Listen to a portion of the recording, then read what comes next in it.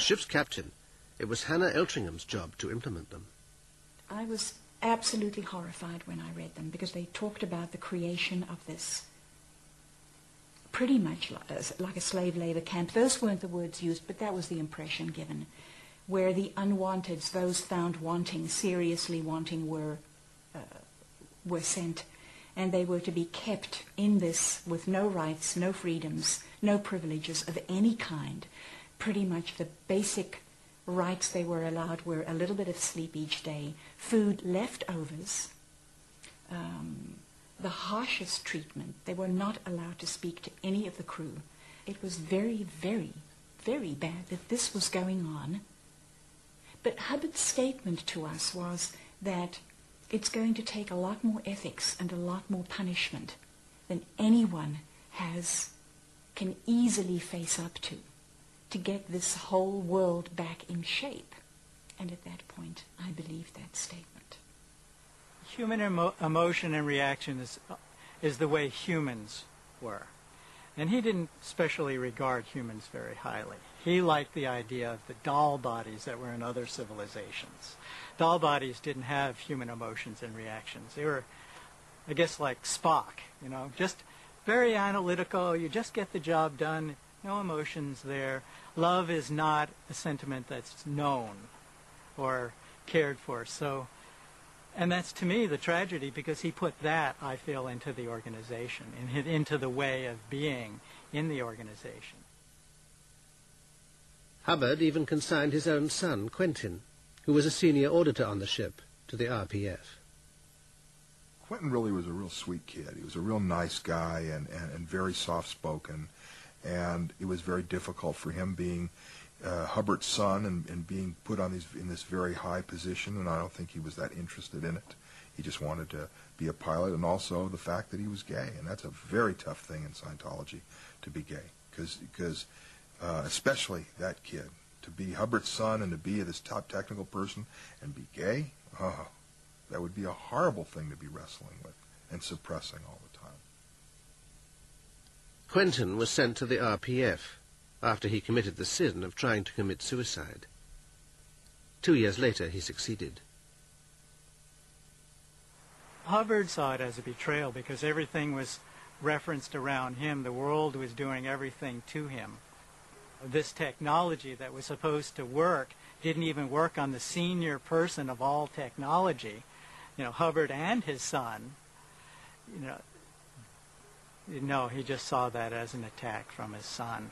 And that's, the love was gone. He had lost love.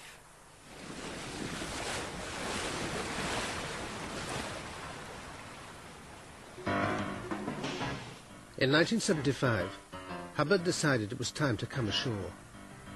He sent scouts to look for a suitable land base. They settled on Clearwater in the rich state of Florida. He stated coming ashore would be profitable because we could get so many more people to the flag land base, as it was to be called, for auditing and training. And he also wanted to concentrate on getting professionals to the land base because, of course, they had more accessible money. They had pension funds, they had children's education funds, and some of these he named that were accessible. Hubbard knew Scientology would be unwelcome, so he devised a top-secret battle plan. He called it Operation Goldmine. Using a cover name, the United Churches of Florida, Hubbard issued secret orders to take over the town. These orders, in effect, very clearly stated, move into this area, find out who your friends are, develop them, find out who your enemies are, destroy them, and then move into every possible area of community life, business, social, religious, education. The plan worked. Clearwater is a Scientology bastion. Scientology owns many prime sites. Big-name Scientologists like Lisa Marie Presley have moved in. You could get all the big high rollers, you get the people with the dollars, and you can make a fortune. And I believe the income for a week, this is like in 1970, 78, 79 was somewhere as at $500,000 a week. I mean, that's where the big bucks started to be made, when you could do that. With the money rolling in, Hubbard moved to California, where he'd play his last great role. His ambition was to film sci-fi blockbusters based on his books, but he ended up making Scientology training films. The movie mogul, Cecil B. DeMille. You know, it was like he was. He tried to be bigger than life, but he just wasn't. So he would make these extravagant sets. They were ludicrous. They were not big productions. They were just silliness. They were an egomaniac. He tried to be flustery and big and powerful, but if you looked, just stepped and observed, you could see that he had fear about everything. And finally, the fear came down to dust particles, little teeny dust particles. He had phobias about dust. He had phobias about smells. He had phobias about sounds. So he would hear sounds that weren't there. He would scream at the sound technician. And he would see things that weren't there, and he would scream at the people who were framing the shot. And he would smell smells that weren't there, and he'd have people rinse his clothing some 13 or 15 or however many times. In 1977, while Hubbard was away making movies, the FBI caught up with the Snow White operation and raided Scientology headquarters in Los Angeles and Washington. Hubbard's wife, Mary Sue, and 8 other Scientology executives were convicted and sentenced for conspiracy and stealing government documents. Hubbard disappeared, never to be seen publicly again. After living in a succession of hiding places, he ended up on this secluded ranch in the California hills.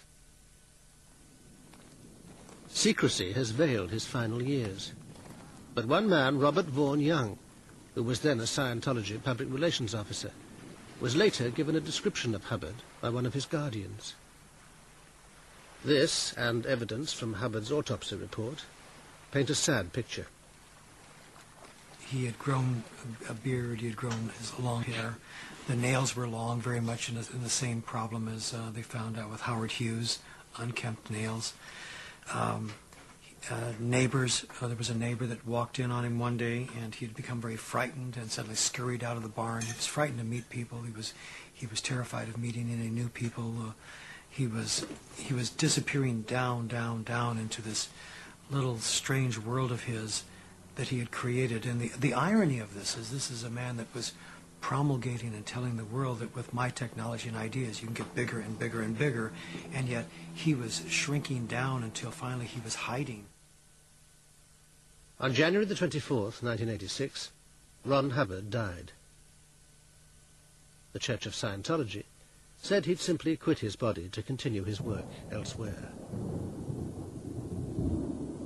Him dying suddenly made him very mortal. And the last thing we could have is to have Hubbard be mortal. So a story had to be designed. And the story is that he went off to research the next level. And what's amazing is how the Scientologists bought this without any questioning. They bought it.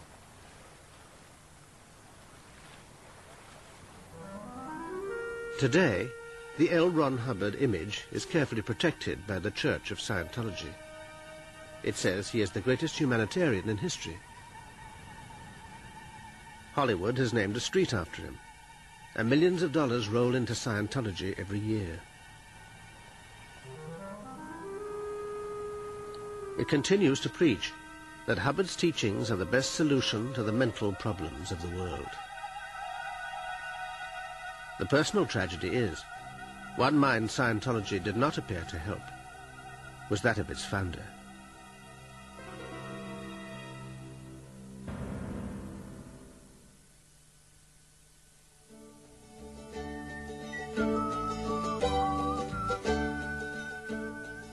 Secret Lives next Wednesday at 9 profiles the holiday camp king Billy Butlin. Our film next tonight on 4 is Caddyshack.